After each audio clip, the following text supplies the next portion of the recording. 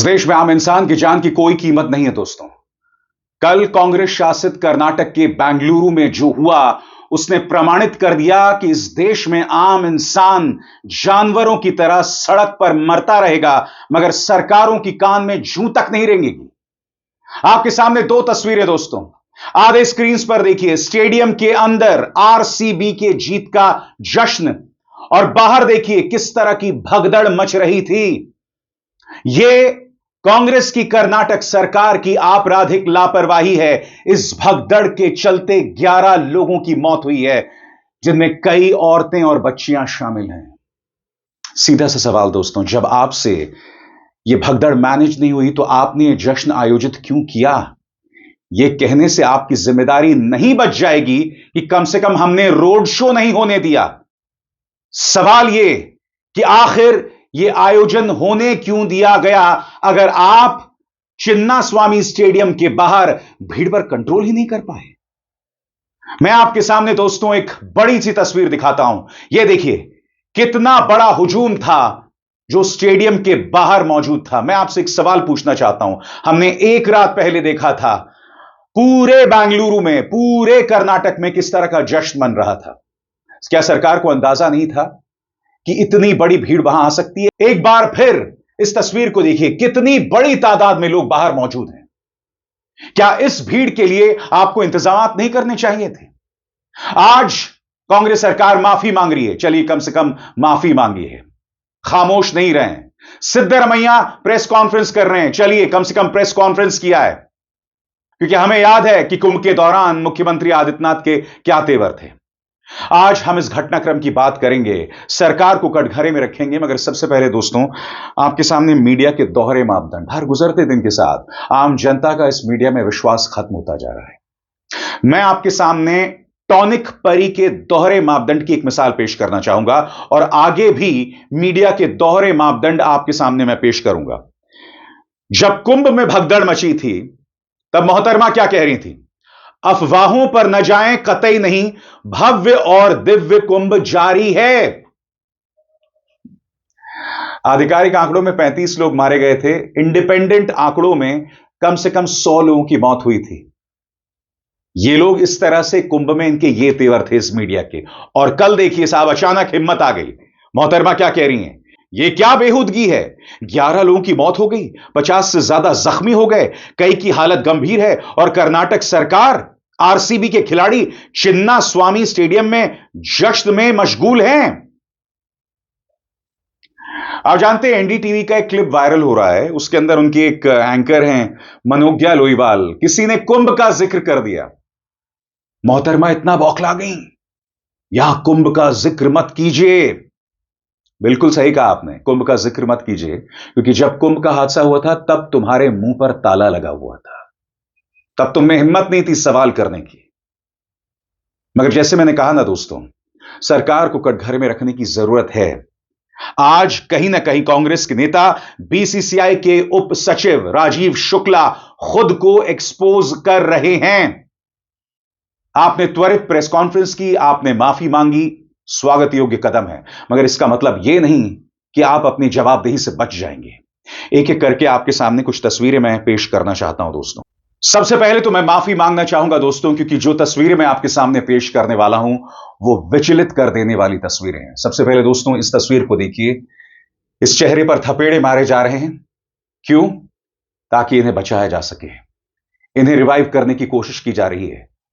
यह एक ऐसे शख्स की तस्वीर है जो चिन्नास्वामी स्टेडियम के बाहर मौजूद था, भगदड़ मची और इस भगदड़ में उनकी मौत हो गई। और दूसरी इस तस्वीर को देखिए, एक युवक के पांव के तलवों की मालिश की जा रही है, उन्हें बचाने की कोशिश की जा रही है। अब यह तीसरी तस्वीर, एक युवक को उठाकर ले जाया जा रहा है। मेरे पास शब्द नहीं है दोस्तों। यह आपराधिक लापरवाही है जिससे कर्नाटक सरकार, जिससे कांग्रेस की कर्नाटक सरकार बच नहीं सकती। जैसे मैंने कहा ना दोस्तों, चाहे कुंभ हो, चाहे दिल्ली के रेलवे स्टेशन में जो भगदड़ मची है ना, उसने बार बार प्रमाणित किया है कि इस देश में आम इंसान की जान की कोई कीमत नहीं है, कोई कीमत नहीं है। यकीनन सरकारों के रवैये में फर्क दिखाई दे रहा है, जिसकी मैं चर्चा करूंगा, मगर जैसे मैंने कहा ना, 11 लोगों की जान तो चली गई है। अब इस नजारे को देखिए, चप्पलों का अंबार है दोस्तों, चप्पलों का अंबार है उन लोगों की जो चिन्ना स्वामी स्टेडियम के बाहर मौजूद थे। भगदड़ मची और उनकी जान चली गई। 24 घंटे से 48 घंटे आप और हम मातम मनाएंगे और उसके बाद एक बार फिर भूल जाएंगे। मगर आज सवाल उठाना जरूरी है।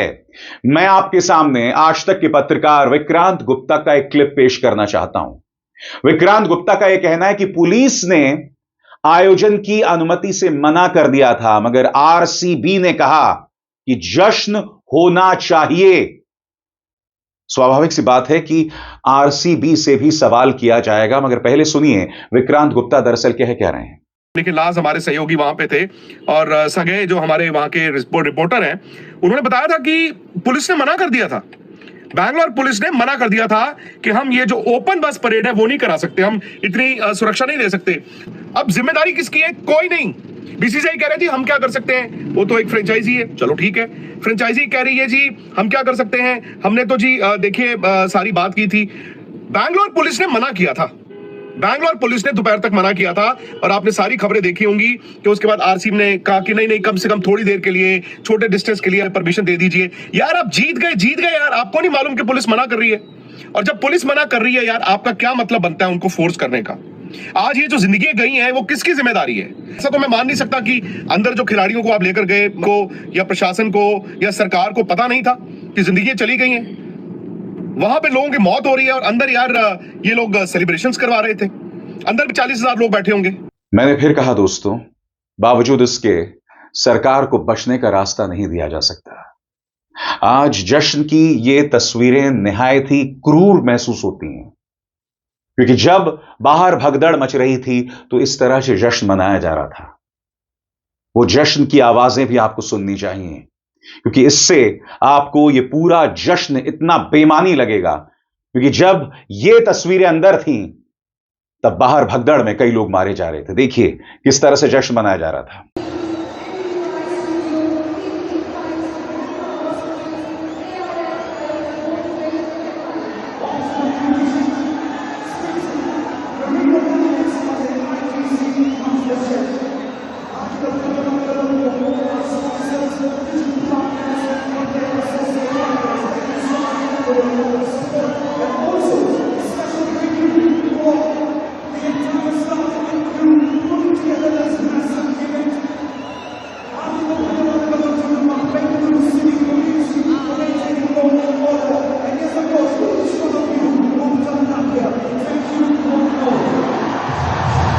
कांग्रेस के नेता और बीसीसीआई के उपसचिव राजीव शुक्ला कहते हैं कि हमने रोड शो बंद कर दिया, मगर स्टेडियम के बाहर भगदड़ मचेगी इसका हमें अंदाजा नहीं था।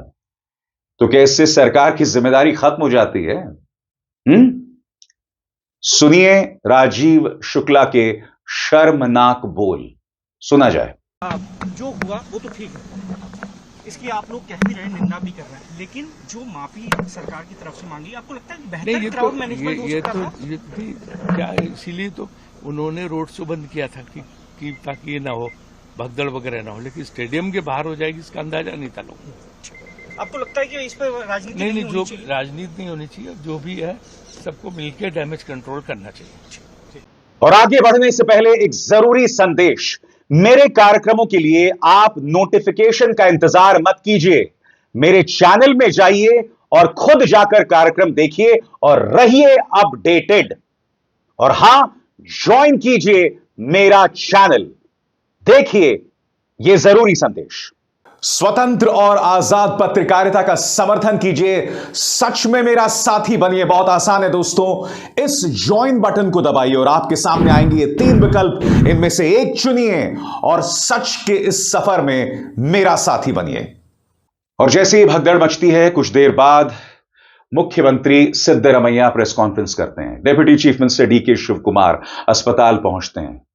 मुख्यमंत्री सिद्धरमैया खुद अस्पताल पहुंचते हैं। भारतीय जनता पार्टी के कई नेता भी वहां पहुंचने लगते हैं और कांग्रेस सीधे इसके लिए माफी मांगती है।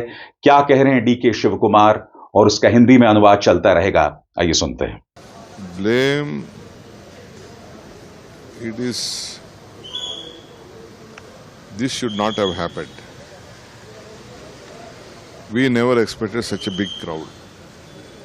No police, no one including enough we never expected. We thought normally some 30-40, someone wanted to declare it a holiday. We didn't want it to do it also. We didn't do it. So the crowd also was being divided between Vidhan Sabha and this one. Stadium is 35,000 capacity, but more than 3 lakh people were there around the stadium. And on the streets of from the airport also, I think very massive crowd was there. It was unbelievable. This incident has happened at the stadium where the doors were being, they have broken the doors itself. It is unfortunate, gates have been broken. So we fully apologize for this. RCB also has come out with a statement on this. But still we wanted to know the fact and we want to give a clear message. We will do it. मैं आपको बतलाना चाहूंगा दोस्तों, केंद्र में मंत्री जी किशन रेड्डी ने कहा है कि यह कर्नाटक सरकार का फेलियर है और उसी के चलते, उसी नाकामी के चलते यह बड़ी घटना हुई। सुनते हैं जी किशन रेड्डी क्या कहते हैं। ये कर्नाटक सरकार पूरा फेल्यूर था। आज फाइनल्स पे आईपीएल में ज्यादा पब्लिक आएंगे इस कंपटीशन देखने के लिए, सबको मालूम है। होने के बाद भी कोई जिम्मेदारी से proper security arrangements, proper traffic management नहीं किया है। इसका जिम्मेदारी आज रिजल्ट ये आया है। विराट कोहली, जिनका 18 साल का सपना पूरा हुआ, वो अंदर से पूरी तरह से टूट चुके हैं। उनका बयान सामने आया है जिसमें उन्होंने कहा है कि आई एम टोटली गटेड, यानी अंदर पूरी तरह से टूट चुका हूं। और स्वाभाविक सी बात है दोस्तों, जब इतनी बड़ी घटना होती है और खासतौर से तब जब आप जश्न मना रहे होते हैं और समानांतर तौर पर पुलिस और सरकार की नाकामी के चलते एक दुर्घटना होती है, तो वो आपको हिला ही देगी। इसलिए आज विराट कोहली कह रहे हैं कि मैं अंदर पूरी तरह से टूट चुका हूं, पूरी तरह से टूट चुका हूं। मगर जैसे मैंने बताया ना दोस्तों, दोहरे मापदंड साफ तौर पर सामने उभर कर आ रहे हैं, गोदी मीडिया के भी और भारतीय जनता पार्टी के नेताओं के भी। पार्टी के नेता और केंद्र में मंत्री प्रहलाद जोशी, वो कह रहे हैं कि कुंभ के साथ इसकी तुलना ना की जाए। बिल्कुल तुलना नहीं की जाए, क्योंकि कुंभ के दौरान 17 घंटे तक तो मुख्यमंत्री आदित्यनाथ ने इस दुर्घटना के वजूद को स्वीकारा भी नहीं था।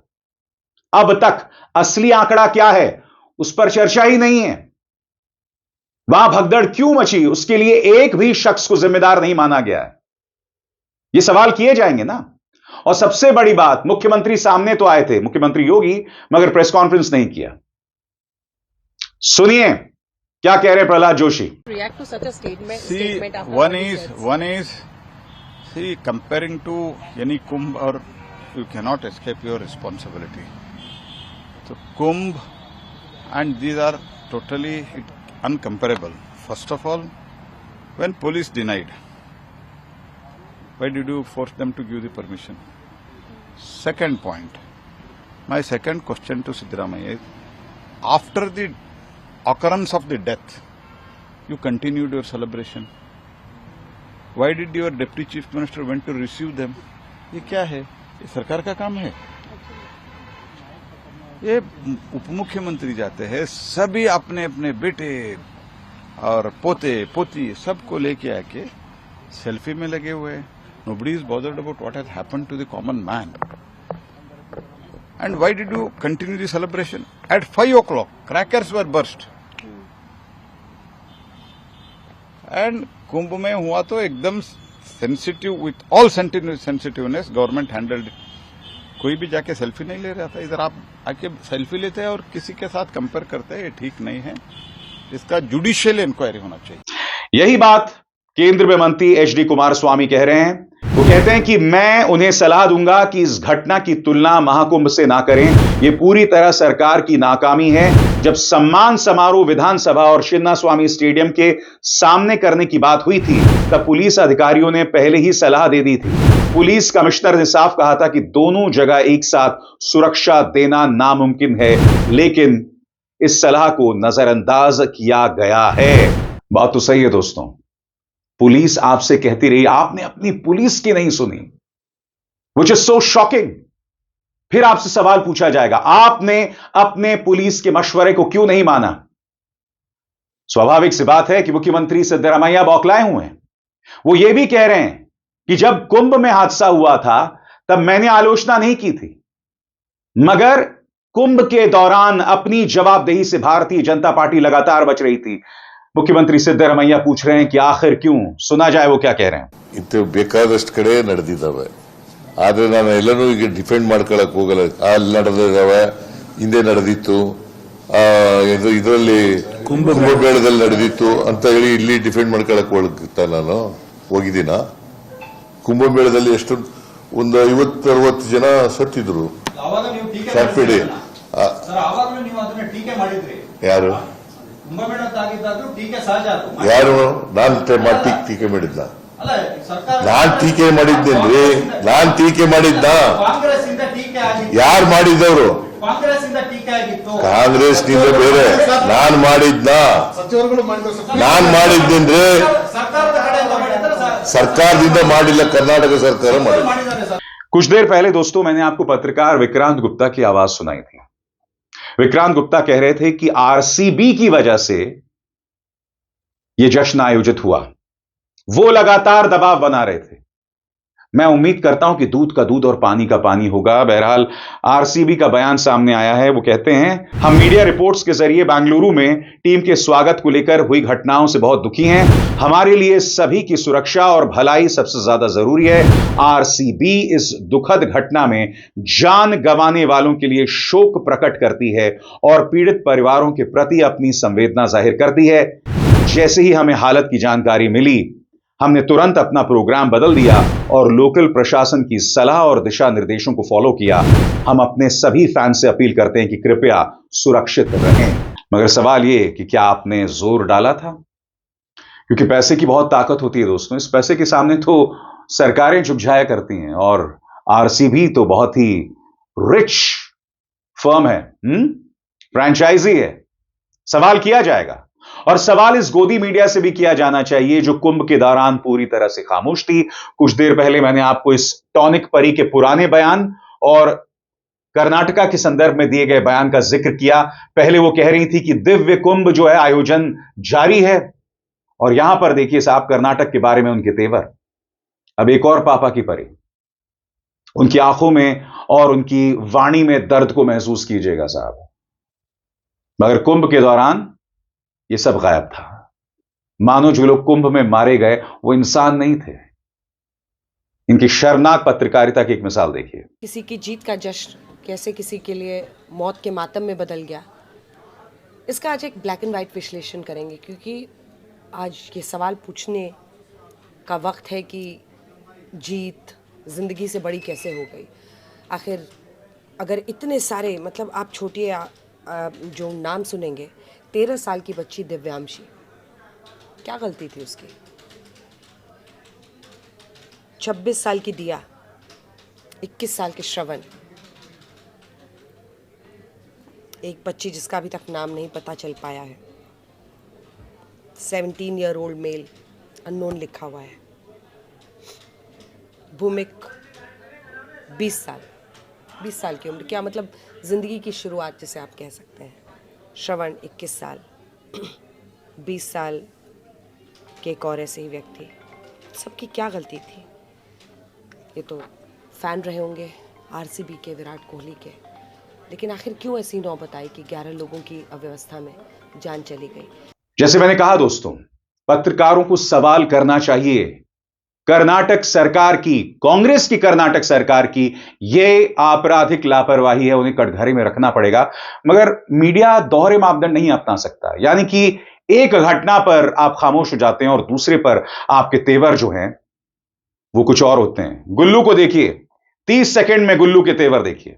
अब आप वक्त तो पास नहीं कर पाएंगे दीपक झा जी। बहुत क्लियरली बीसीसीआई ने ऑन रिकॉर्ड आकर ऑफिशियली यह कहा है कि उनको इस कार्यक्रम की जानकारी नहीं थी। यह कार्यक्रम कर्नाटक का शासन करा रहा था Deepak Jha ji, for your information. FII से माफी मांगेंगे दीपक झा। और 7 सेकंड इसके देखिए, जिस पर दंगा भड़काने को लेकर केस भी है। आज इन्हें अपनी वाणी मिल गई है, स्वर मिल गया है। आज एक पत्रकार के तौर पर, एक एंकर के तौर पर ये लोग सवाल कर रहे हैं। मगर क्यों? क्योंकि पता है सामने कांग्रेस की सरकार है। सुना जाए इसे। लेकिन सोच कर देखिए आप, बाहर 11 लोगों की मौत हो गई, बाहर लाशें बिछी हुई थी, बाहर मातम था और अंदर यह कार्यक्रम चल रहा था। मैंने कहा ना दोस्तों, इस देश में आम इंसान की जान की कोई कीमत नहीं है। और मैं सिर्फ इसलिए नहीं कह रहा हूं क्योंकि किस तरह से इन चप्पलों के जरिए हमें दास्तानें दिखाई दे रही हैं, इससे पता चल रहा है कि आम इंसान की क्या जान की कीमत है। मुद्दा यह नहीं है। मगर सबसे शॉकिंग बात, मीडिया भी आपका मुद्दा तब उठाएगा अगर वो घटना किसी गैर बीजेपी शासित राज्य में हुई हो, वरना आपको भुला दिया जाएगा। अंकिता भंडारी याद है ना आपको? अंकिता भंडारी के केस में भारतीय जनता पार्टी के नेता के बेटे पुलकित आर्या को सजा सुनाई गई है। अंकिता भंडारी के परिवार की आवाज कितनी बार सुनी आपने, बताइए? कितने मीडिया चैनल्स ने अंकिता के पक्ष में प्रचार किया? क्या मीडिया को यह पड़ताल नहीं करनी चाहिए कि किस वीवीआईपी के लिए 19 साल की अंकिता पर दबाव बनाया जा रहा था कि तुम उसके साथ रात गुजारो? अंकिता भंडारी तो हिंदू लड़की है, फिर भी हिंदू अस्मिता का ख्याल किसी को नहीं आया। मैं अंकिता की मिसाल आपके सामने सिर्फ इसलिए दे रहा हूं क्योंकि दोहरे मापदंड भारतीय जनता पार्टी के और दोहरे मापदंड इस मीडिया के, जो अपने आप में कितने शर्मनाक है। जैसे मैंने कहा, जब एक दुर्घटना होती है तो सरकार को कटघरे में रखना पड़ेगा, और यह कर्नाटक सरकार की आपराधिक लापरवाही है। जब आपसे भीड़ कंट्रोल नहीं हो रहा था, यह तो बुनियादी चीज है ना। यह फॉरवर्ड प्लानिंग होती है। आपको पता था बेंगलुरु में लोगों में क्या आवेग था, क्या खुशी थी। यह अपराध से कम नहीं है। तुमने उनकी खुशी को मातम में बदल दिया है। इससे बड़ा अपराध कुछ नहीं हो सकता। अभिसार शर्मा को दीजिए इजाजत। नमस्कार।